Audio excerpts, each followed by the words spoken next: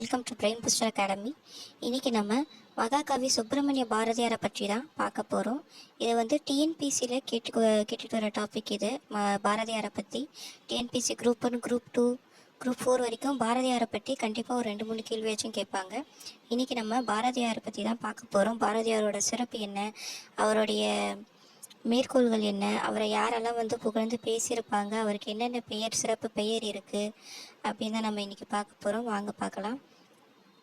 மகாகவி சுப்பிரமணிய பாரதியார். பாரதியாரோட சிறப்பு பெயர்: புதிய கவிதையின் முன்னோடி, தற்கால இலக்கியத்தின் விடிவெள்ளி, தேசிய கவி, விடுதலை கவி, அமரக்கவி, உலக கவி, அப்படியெல்லாம் வந்து சிறப்பு பெயர் பாரதியாருக்கு இருக்கு.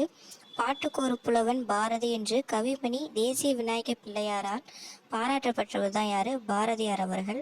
இவர் வந்து மகாகவி, சர்வ கவி என்று ராமசாமி ஐயங்கார் அவர்கள் வந்து பாராட்டியிருக்காரு. ஷாலிதாசன் என்று பாரதியார் வந்து தனக்குத்தானே வந்து இந்த பெயர் வந்து வைத்து கொள்வார்.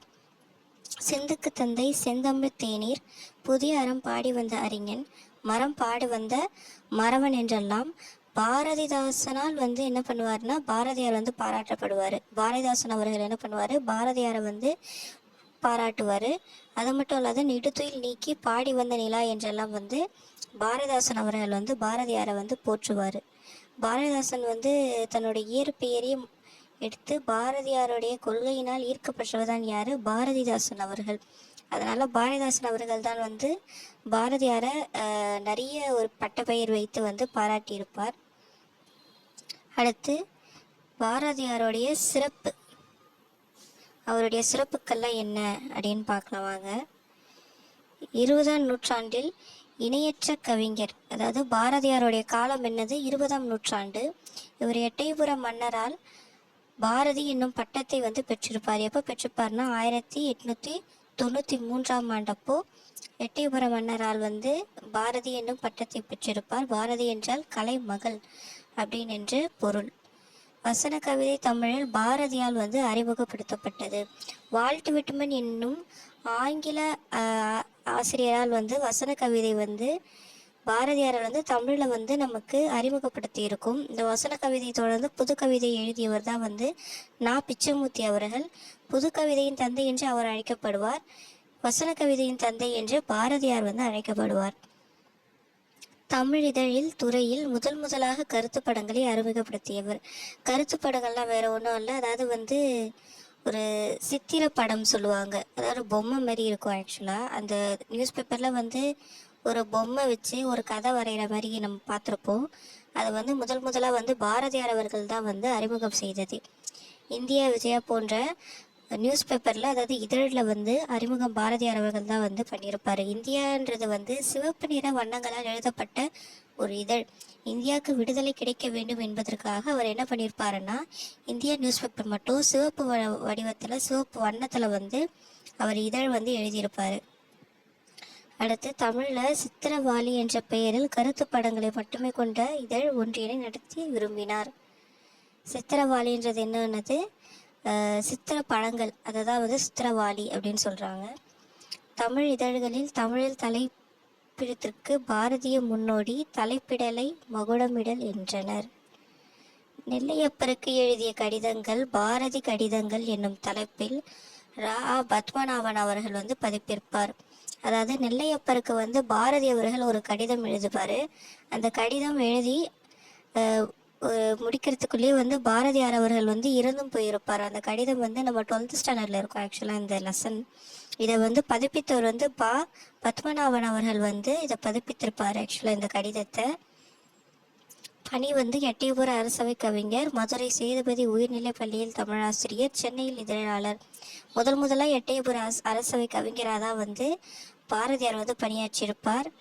மதுரை சேதுபதி உயர்நிலை பள்ளியில் தமிழாசிரியராக பணியாற்றியிருப்பார். சென்னை இதழாசிரியர், சென்னையில் வந்து இதழாசிரியராக இருந்திருப்பார்.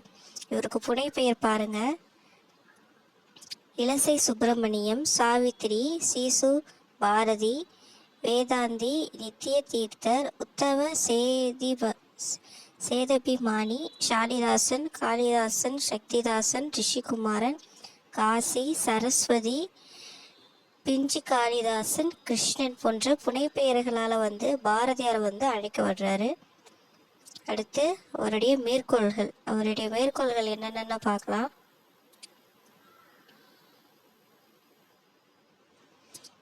வானை இழப்போம், கடல் மீள இழப்போம், சந்திர மண்டலத்தை கண்டு தெளிவோம். இதெல்லாம் அவருடைய மேற்கோள்கள். நமக்கு எக்ஸாம் பாயிண்ட் ஆஃப் வியூலேருந்து பார்த்தீங்கன்னா இது கொடுத்துட்டு, இந்த மேற்கோள்கள் கொடுத்துட்டு இது யார் வந்து சொல்லியிருப்பாங்க, எழுதியிருப்பாங்க அப்படின்னு கேட்பாங்க. பாரதியாரா, பாரதிதாசனா, இல்லை நாமக்கல் கவிஞரா, யார் எழுதியிருப்பாங்க நமக்கு ஆப்ஷனில் கொடுத்துருவாங்க. அப்போ இந்த மேற்கோள்களை கண்டிப்பாக நம்ம படிச்சுக்கணும். வானை இழப்போம், கடல் மீள இழப்போம், சந்திர மண்டலத்திலே கண்டு தெளிவோம். இது யாருன்னா பாரதியாருடைய மேற்கோள்கள். காணிநிலம் வேண்டும், பராசக்தி காணிநிலம் வேண்டும். இது வந்து நமக்கு 8th லெசனில் வரக்கூடிய பாரதியாருடைய பாடல் இது. காணிநிலம்னே இருக்கும் அந்த டாபிக். ஏழ்கடல் வைப்பினும் தன்மனம் பேசி இசை கொண்டு வாடியவே, இதுவும் வந்து பாரதியாருடைய பாடல்கள் தான் இது. காற்றே வா, மகந்த துளை சுமந்து கொண்டு மனதை மயிலுகின்ற இனிய வாசனையுடன் வா, இதுவும் காற்றே வா தான். காற்றே வா, இந்த லெசன் பேரே வந்து காற்றே வா. இது பாரதியாருடையது. அடுத்து திக்குக்குள் எட்டும் சிதறி தக்கிட தீம் தடிக்கிடன்றது இதுவும் பாரதியாருடையது. சுட்டும் விழைச்சுடர்தான் கண்ணம்மா சூரிய சந்திரு, பெண்ணுக்கு ஞானத்தை வைத்தான் புவி பேணி வளர்த்திடும் ஈசன், பெண்கள் அறிவை வளர்த்தால் வையம் பேதை அற்றிடும் கன்றீரே. அடுத்து ஆயுதம் செய்வோம், நல்ல காகிதம் செய்வோம், ஆலைகள் வைப்போம், கல்வி சாலைகள் வைப்போம். இதெல்லாம் பாரதியாருடையது. அடுத்து சாதி இரண்டொழிய வேறில்லை என்றோ தமிழ் மகள் சொல்லிய சொல் அமிர்தென்பேன், ஆயிரம் உண்டிற் சாதியினில் அந்நியர் வந்து புகழென் நீதி, உயர்வு தமிழ் சொல்லே அதை தொழு படித்திட பாப்பா. ஆக்சுவலாக இது பாப்பா பாட்டுன்னு நினைக்கிறேன். கண்ணன் பாட்டு, குயில் பாட்டு, பாஞ்சாலி சபதம் போன்ற நூல்கள் எழுதியிருப்பார். அதில் பாப்பா பாட்டில் வர பாட்டுன்னு நினைக்கிறேன் இது. நமக்கு தொழில் கவிதை நாட்டிற்குழைத்தல் இமைப்பொழுதும் சென்றி திருத்தல், திருவெல்லாம் தமிழ் முழங்க செழிக்க செய்வீர், தென்மதுர தமிழோசை உலகமெல்லாம் பரவும் வகை செய்தல் வேண்டும். பாரதியாருடைய ஞான குரு பார்த்தீங்கன்னா நிவேதிதா. அரசியல் குரு திலகர் கேசரி என்று அழைக்கப்படுபவர் தான் வந்து திலகர். இவருடைய இதழ்கள் India, Swadesamitran, Vijaya, Chakravartini, India, Balabharathi, young India, அதாவது யங் இந்தியான்ற பாலபாரதி, விஜயா, சூரியோதயம், கர்மயோகினி. இதெல்லாம் வந்து பாரதியாருடைய இதழ்கள். இது ரொம்ப முக்கியம், பாரதியாருடைய இதழ்கள். இந்த இதழ்கள் யார் எழுதப்பட்டது அப்படின்னு கேட்பாங்க. இந்தியா விஜயா ஏற்கனவே நம்ம அங்கே முன்னாடி பார்த்தோம். இந்தியா சிவப்பு ஒன்று தீட்டப்பட்டு எழுதியது. அதே மாதிரி இதழ்களில் நமக்கு சித்திரவாளி என்ற புகைப்படம்லாம் வந்து இது இந்தியா விஜயாவில் இருக்கும்னு நம்ம முன்னாடியே பார்த்தோம். இப்போது சக்கரவர்த்தினின்றது வந்து பெண்களுக்காக எழுதப்பட்ட ஒரு இதழ் தான் வந்து இந்த சக்கரவர்த்தினி. மற்றதெல்லாம் பார்த்துக்கோங்க. சூரியோதயம், கர்மயோகினி, பாலபாரதி, சுதேசிமித்ரன் இதெல்லாம் வந்து பாரதியாரால் எழுதப்பட்ட இதழ்கள். தேங்க்யூ.